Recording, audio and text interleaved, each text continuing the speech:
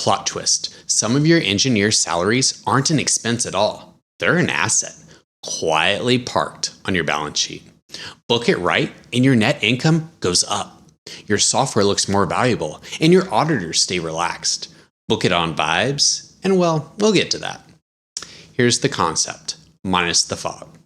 Capitalized labor is a slice of payroll for people building software that accounting rules tell you to record as an asset instead of an expense. The rulebook is ASC 350-40 for software you build for yourself, and ASC 985-20 for software you sell. We'll stick with 350-40 since that's most of the room. The mental model, maintain an existing system. You've spent money, done, gone. Build something new, and in accounting's eyes, you just manufactured an asset. Same idea as building a machine. So that labor goes on the balance sheet instead of vanishing off the income statement. ASC 350-40 sorts the work into 3 stages, and the stage calls the shots. Stage 1, the should we even be doing this stage? Scoping, weighing options, arguing in a conference room, expensed. That's research, not building. Stage 2, the actual building. Coding, configuring, testing, installing. Here, you capitalize the hands-on labor.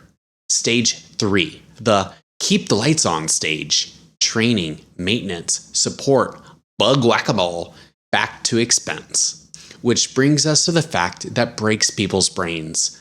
The same engineer can be a capitalized asset on Monday and a plain old expense on Friday, based only on what they were doing. It was never about the person. It's about the activity.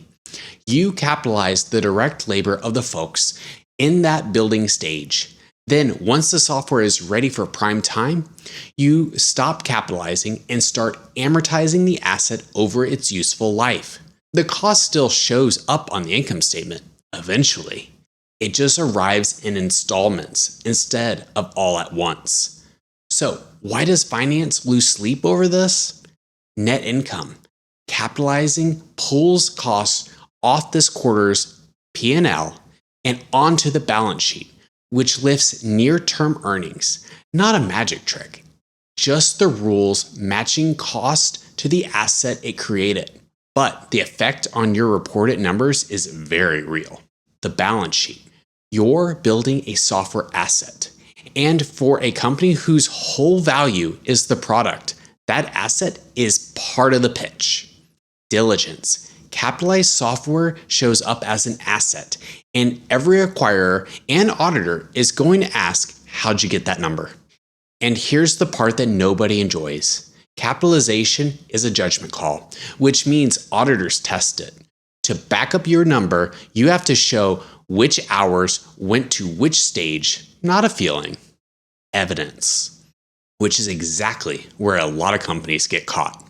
The classic move is the quarter-end reconstruction. Someone pings the engineers, asks what they think they worked on, collects some confident-sounding percentages, and books it. But memory is generous. Estimates drift toward whatever is convenient. And I'm pretty sure it was 60% is not a fun thing to defend later. The version that holds up is evidence created while the work happened. Your engineering tools already log what got built and when. Commits, pull requests, tickets. That ties the work to a date and a person, which is exactly what capitalization decision is supposed to rest on. Capitalized labor is real. It moves your numbers and your numbers get checked. So don't reconstruct it from memory. Capture it while it's happening.